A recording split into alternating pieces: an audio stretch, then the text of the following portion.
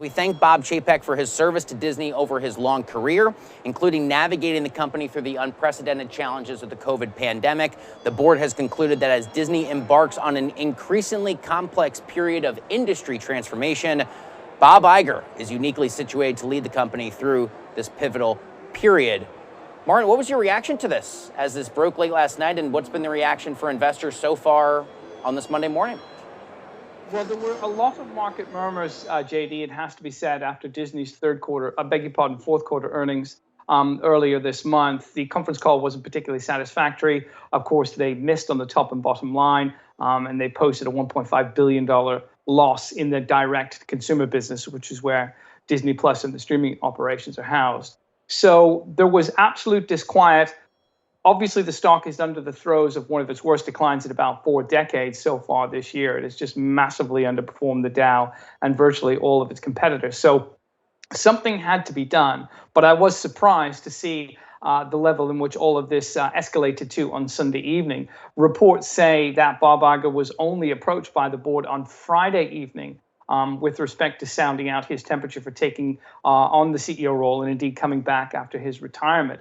So this moved very, very quickly in a shocking manner. I think Chapek, to some degree, hadn't really insinuated himself within the board in terms of finding their confidence. And ultimately, the fourth quarter miss and the rather flat discussion that followed in the conference call was probably the straw that broke the proverbial back.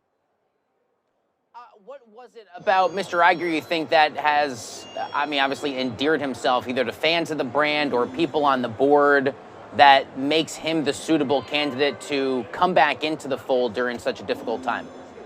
I think they just need a steady hand at the tiller, really, JD. Ultimately, the parks division is doing well. It's ramping up visitors as a result of the drop in COVID restrictions, China, of course, aside.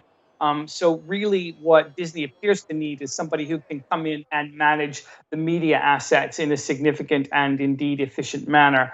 And that was absolutely not Mr. Chapek's skill set. He was more of a theme park person, and that's where his expertise lied. Whereas Iger is a dyed-in-the-wool Hollywood executive who understands exactly what's happening both on the content and the distribution side. So having him in for this 2-year period is really important for Disney.